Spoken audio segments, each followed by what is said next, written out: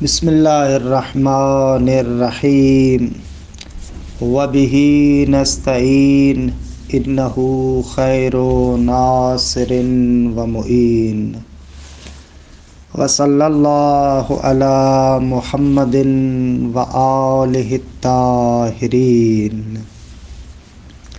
الحمدللہ، خداوند منان کے لطف و کرم سے ہماری گفتگو بدایت الحکمت کے 7ویں مرحلے میں ہے اور 7ویں مرحلے کی فصل اول ہے۔ گزشتہ جلسے میں اصل مباحث علت و معلول کی اہمیت کو بیان کیا گیا اور فصل اول میں وارد ہوئے۔ عرض ہوا کہ فصل اول میں مرحوم علامہ 2 مطلب بیان فرماتے ہیں۔ پہلا مطلب یہ ہے کہ اصل علیت خارج کے اندر موجود ہے اور اس کا اثبات مرحوم علامہ امکان ماہوی کے ذریعے سے فرما رہے ہیں۔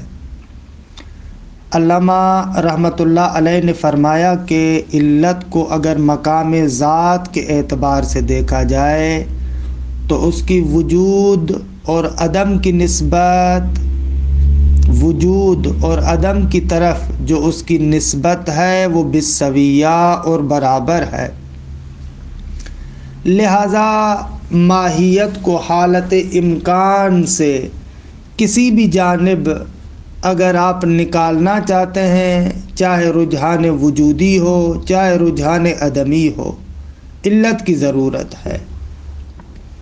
اور یہاں پر بھی اصل نقطہ، اصل بات یہ ہے کہ وجود معلول وجود علت کا محتاج ہے، اور عدم کی جانب جو ہم تعبیر استعمال کرتے ہیں وہ بھی اسی قانون وجودی کی تأکید ہے۔ مجازن کہتے ہیں کہ عدم العلت علت لعدم المعلول۔ وہیں سے یہ نقطہ بھی ثابت ہو گیا کہ علت و معلول کی تعریف کیا ہے۔ ہر وہ شے جو فی الجملہ متوقف علیہ، جس پر توقف ہو اس کو علت کہتے ہیں، جو متوقف ہے اسے معلول کہتے ہیں۔ یہ مسئلہ اول تھا جو ہم نے کل بیان کیا۔ دوسرا مسئلہ جو اس فصل کے اندر ہے وہ یہ نقطہ ہے کہ اس قانون علیت کا، اس علیت کا قلمرو، حوزہ اور میدان کون سا ہے؟ یہ علیت کہاں پر جاری ہوتی ہے؟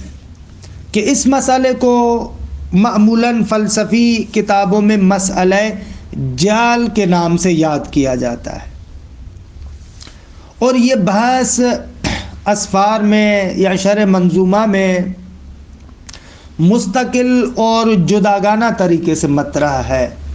مباحث جال کو مرحوم صدرہ نے اسفار میں اور مرحوم حاجی نے شرح منظومہ میں مستقل طریقے سے ایک جداگانہ مورد میں ذکر کیا ہے، لیکن علامہ طباطبائی رحمۃ اللہ علیہ نے اس بحث جال کو خود نہایا کے اندر بھی اور یہاں پر بدایا کے اندر بھی اسی علت و معلول کے مرحلے کے اندر اس مقام پر ذکر کیا ہے، اور ظاہر میں لگتا بھی ایسے ہے کہ بحث جال کا اصل مقام، اصلی جگہ یہی جگہ ہے کہ جہاں پر علامہ نے اس کو بیان کیا ہے کہ اس مبحث جال کا تعلق در حقیقت اسی قانون علیت کے ساتھ ہے۔ گویا کہ مسئلہ جال کا معنی یہ ہے کہ بابا علیت کو جب آپ خارج میں اس بات کرتے ہیں تو اس کا قلمرو، حوزہ اور میدان کون سا ہے؟ کس جگہ پر علیت کی گفتگو ہے؟ وضاحت کرو اس کی۔ دیکھیں، جب ایک ماہیت ممکنہ موجود ہوتی ہے تو اس ماہیت ممکنہ کے اندر آپ 3 جہتیں مد نظر رکھتے ہیں۔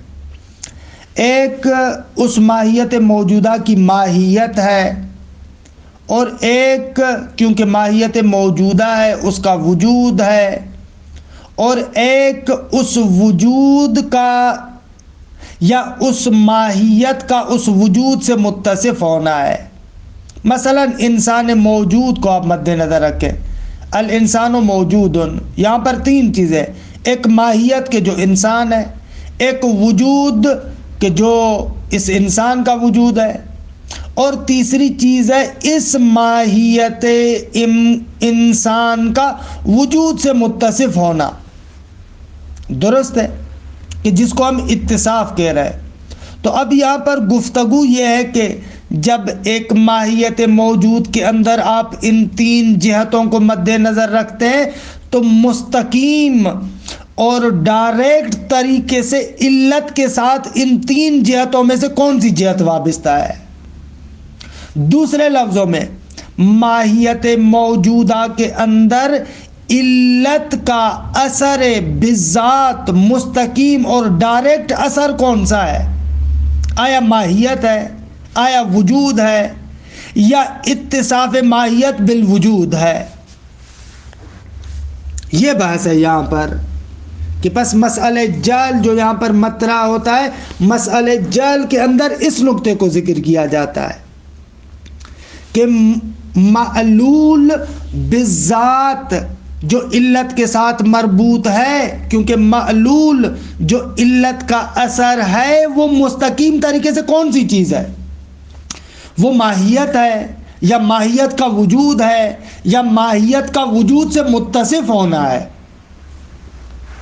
بعبارت اخری وہ شے کہ جس شے کو علت جعل کرتی ہے، ایجاد کرتی ہے، بالذات ان تین چیزوں میں سے کون سی ہے؟ ماہیت ہے، یا ماہیت کا وجود ہے، یا ماہیت کا وجود سے متصف ہونا ہے۔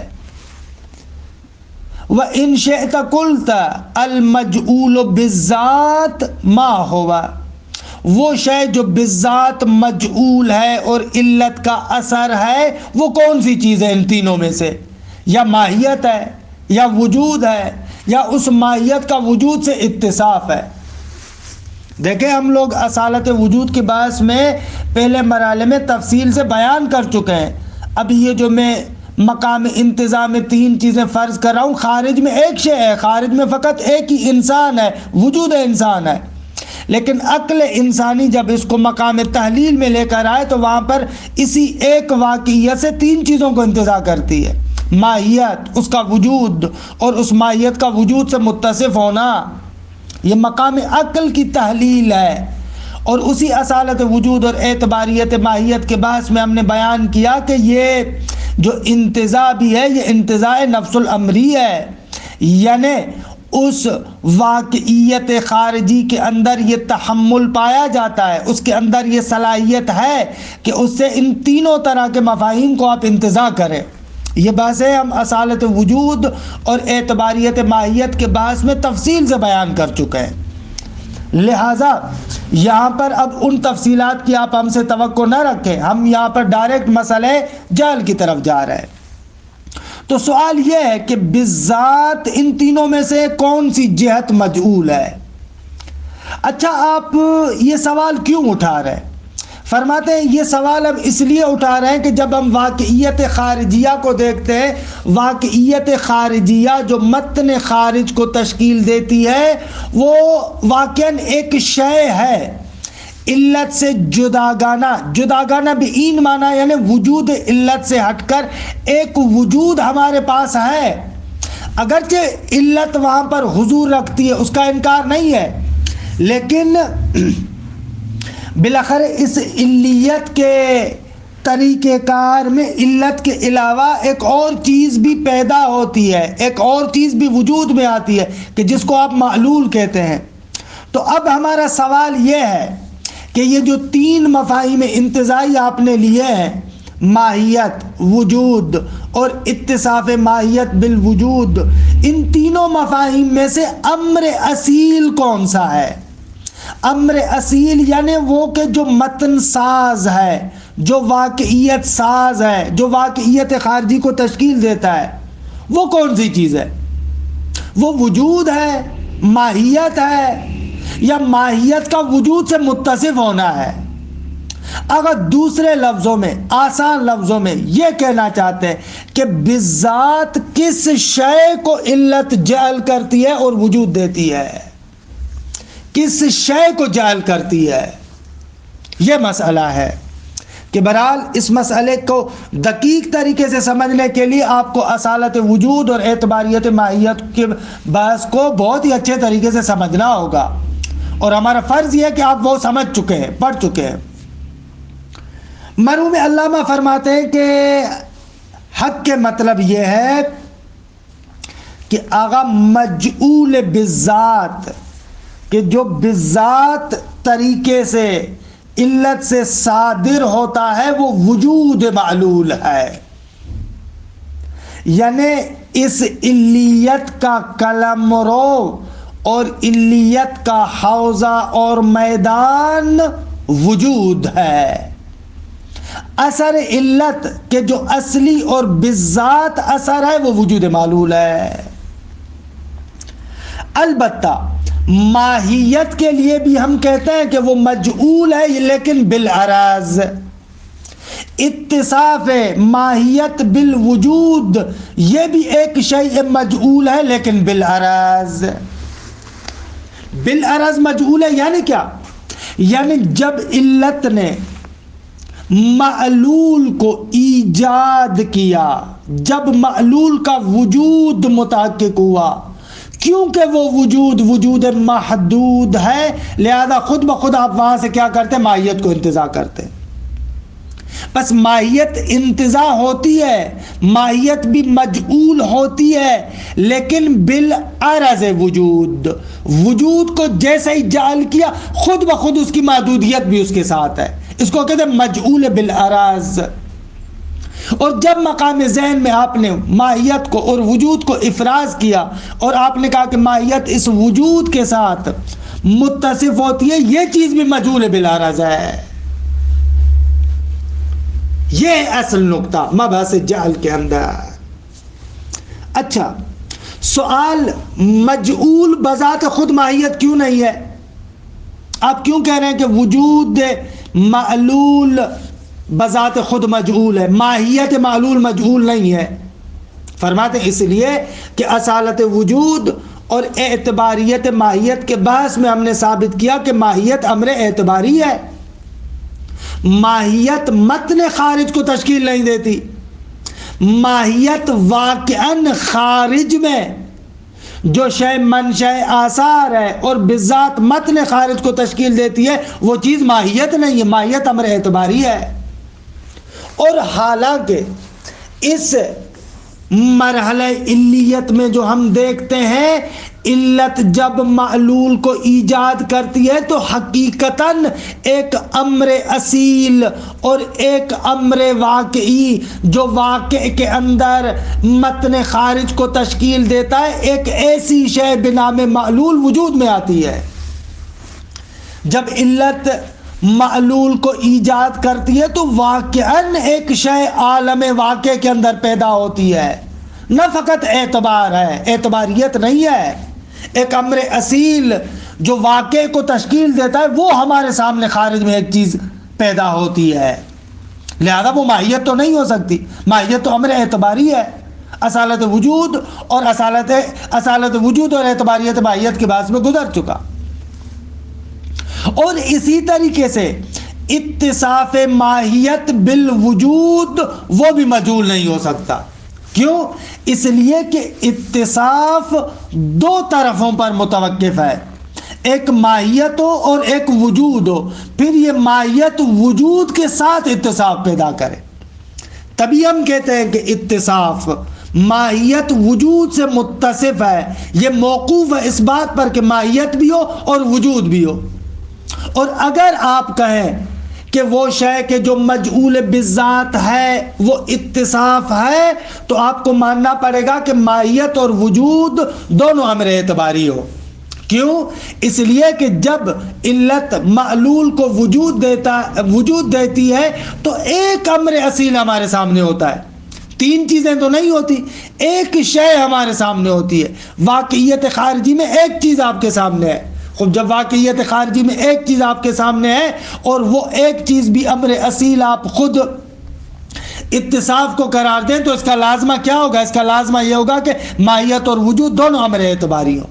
اچھا، اور دوسری طرف سے آپ کہتے ہیں کہ اتصاف امر اصیل ہے.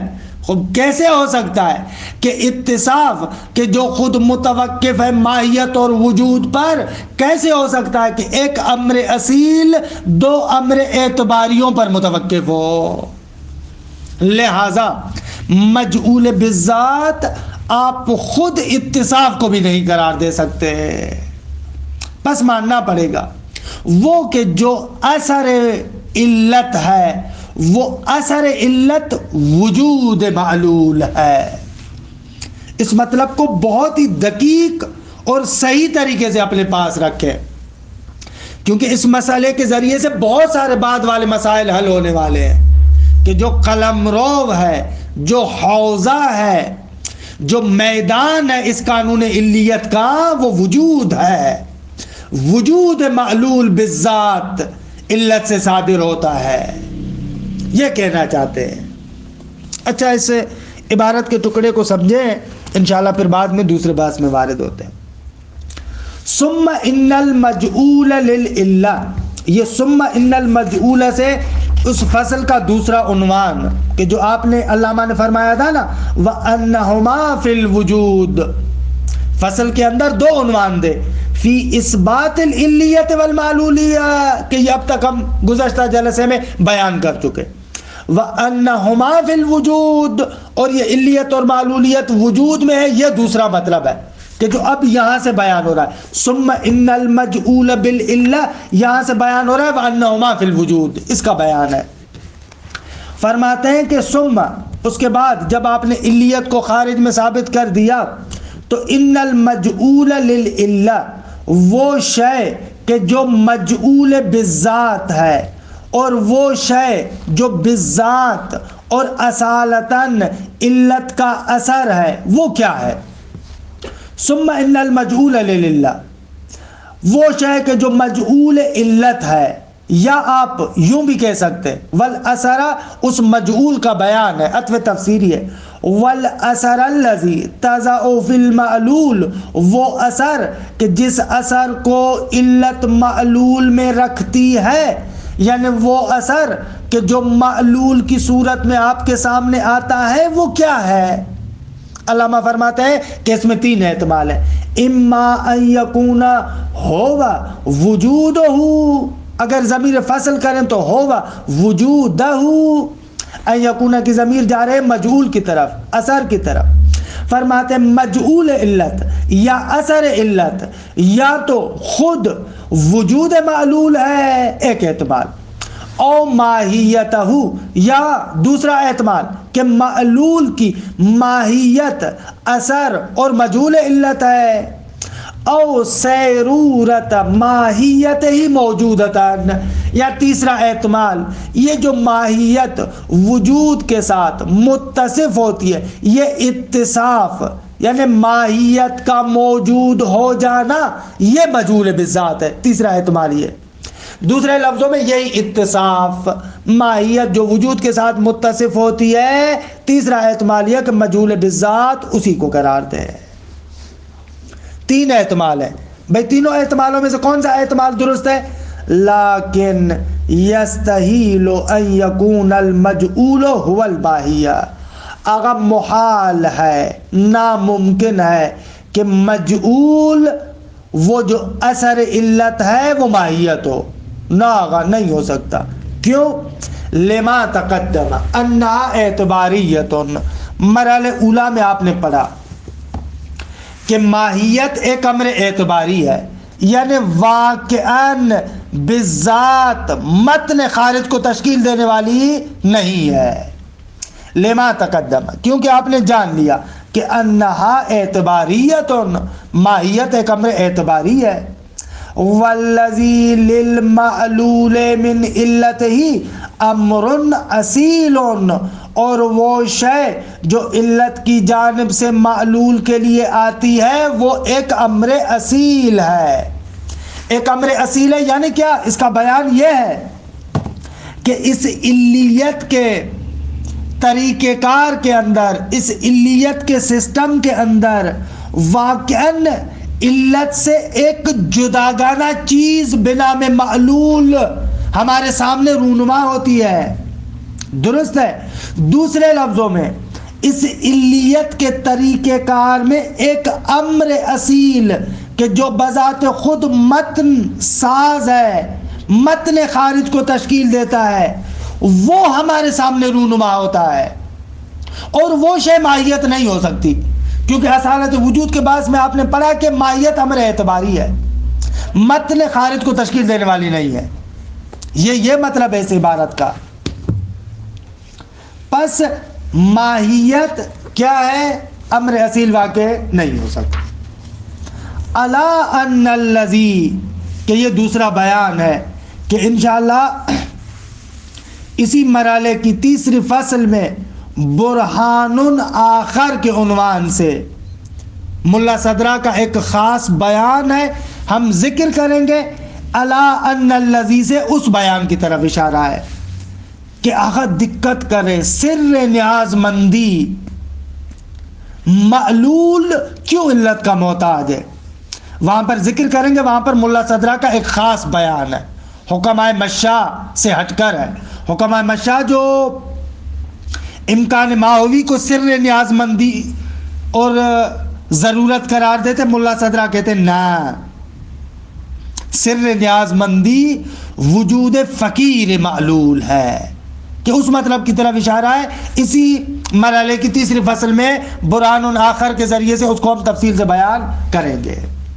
الا ان الذی تستقر فیہ حاجت الماہیت المعلولہ ویرتبط بالعلہ ہوا وجودہا، ان کی خبر ہے۔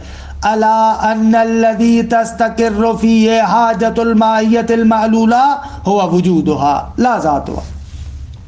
ساتھ اس کے دوسرا بیان، دوسرا نقطہ یہ ہے کہ بھائی ان قریب آئے گا کہ وہ شے کہ جس شے کے اندر ماہیت معلولہ کی حاجت اور ضرورت ہے، اور وہ شے کہ جس شے کے اعتبار سے ماہیت معلولہ علت کے ساتھ مربوط ہے، وہ ماہیت کا وجود ہے۔ سر نیاز مندی حقیقت میں جو ماہیت معلولہ علت کی محتاج ہے، اس کا وجود فقیر ہے، اس کا وجود فقری ہے، کہ ہم نے امکان فقری کے باعث میں اشارہ بھی کیا ہے، اور ابھی یہاں پر انشاءاللہ اسی مرحلے میں، اسی مرحلے کی تیسری فصل میں برہان آخر کے عنوان سے اس کو پھر بیان کریں گے کہ بھائی سر نیاز مندی در حقیقت ماہیت ممکنہ کے وجود کی طرف پلٹتا ہے، نہ کہ اس کی ذات کی طرف پلٹتا ہے۔ جب سر نیاز مندی، اصل ضرورت، اصل حاجت ماہیت ممکنہ کے وجود کے اندر ہے، تو پس مجعول بالذات، اور وہ جو اثر علت سے معلول لیتا ہے وہ بھی اس کا وجود ہوگا، نہ کہ ماہیت۔ پس ماہیت ممکنہ مجعول بالذات نہیں ہے۔ اچھا، اتصاف سیرورت وہ آیا مجعول بالذات ہو سکتا ہے یا نہ؟ علامہ کہتے ہیں وہ بھی نہیں ہو سکتا۔ وَيَسْتَحِيلُ أَن يَكُونَ الْمَجْعُولُ هُوَ السَّيْرُورَةُ، اور یہ بھی محال ہے کہ مجعول بالذات سیرورت ہو۔ سیرورت ہو یعنی کیا؟ یعنی اتصاف ماہیت بالوجود، یہ بھی مجعول بالذات نہیں ہو سکتا۔ کیوں؟ اس لیے کہ لِأَنَّهَا مَعْنًى نِسَبِيٌّ قَائِمٌ بِطَرَفَيْهِ ہے، کیونکہ یہ سیرورت ایک معنی نسبی ہے اور دو طرفوں کے ساتھ قائم ہے۔ دو طرف کون سے؟ ماہیت اور وجود۔ جب ماہیت وجود کے ساتھ متصف ہوتی ہے تو وہاں پر اتصاف وجود میں آتا ہے۔ بس اتصاف ایک امر نسبی ہے، ماہیت ہو وجود ہو، ماہیت وجود کے ساتھ متصف ہو، تبھی آپ کہہ سکتے ہیں کہ اتصاف ہوا۔ بس اتصاف بذات خود ایک معنی نسبی ہے کہ جو ان دونوں اطراف پر موقوف ہے، ماہیت بھی ہو اور وجود بھی ہو۔ وَمِنَ الْمُحَالِ، اور یہ بات تو ناممکن ہے کہ ان یکون امر اصیل خارجی بطرفین اعتباریین غیر اصیلین۔ فرماتے ہیں کہ یہ بات محال ہے کہ ایک امر اصیل خارجی درست ہے ان یقوم وہ قائم ہو بطرفین ایسے دو طرفوں سے قائم ہو کہ جو دونوں طرف امر اعتباری ہے اور غیر اصیل ہے. اب یہ کیسے ہو سکتا ہے کہ ایک امر اصیل کا قیام اور توقف دو امر اعتباریوں پر ہو؟ یہ ناممکن ہے. دوسرے لفظوں میں علامہ کی اس عبارت کی اگر کامل وضاحت کرنا چاہیں تو آپ یوں کہیں، اگر جب علیت اور علت و معلول کی بات کرتے ہیں تو علت سے واقعاً ایک امر اصیل صادر ہوتا ہے، ھذا اولا، یہ پہلی بات. دو، سیرورت یہ ایک واقعیت نسبی ہے. سیرورت یعنی وہ اتصاف، یہ ایک واقعیت نسبی ہے، دو طرفوں پر موقوف ہے، ایک ماہیت اور ایک وجود. ثالثاً تیسری چیز، اگر یہی نسبت اور سیرورت یا اتصاف مجعول ہو تو ماننا پڑے گا. کیا ماننا پڑے گا؟ ماننا پڑے گا کہ ایک امر اصیل دو امر اعتباریوں پر متوقف ہے، اور امر اصیل کا امر اعتباری پر متوقف ہونا خود بداہتاً وجداناً باطل ہے. پس فالمجعول من المعلول، پس وہ شے کہ جو مجعول ہے معلول سے، یہ بہت تعبیر خوبصورت ہے، معلول سے جو شے بذات مجعول ہے، وہ اثر کہ الذی تفیدہ العلہ، کہ جس کو علت افادہ کرتی ہے، وہ مجعول اور وہ اثر ہوا وجود ہو، بالذات وہ وجود معلول ہے، لا ماہیت ہو، نہ کہ ماہیت معلول، ولا سیرورت ماہیت ہی موجودتاً، اور نہ ہی اس معلول کے وجود، معلول کی جو ماہیت ہے اس کا وجود کے ساتھ متصف ہونا، وہ بھی مجعول نہیں ہے. وَهُوَ الْمَطْلُوب، اور یہی ہمارا مطلوب ہے. خلاصہ کلام، جو شے بالذات اور حقیقتاً علت سے صادر ہوتی ہے وہ وجود معلول ہے. لیکن اس میں کوئی شک نہیں ہے کہ جب وجود معلول علت سے صادر ہوتا ہے تو بالعراض آپ ماہیت کے مجعولیت کی بات بھی کرتے ہیں اور اتصاف کے مجعولیت کی بھی بات کرتے ہیں، لیکن وہ بالعراض ہے. وصلی اللہ علی محمد وآل بیتہ الطیبین الطاہرین.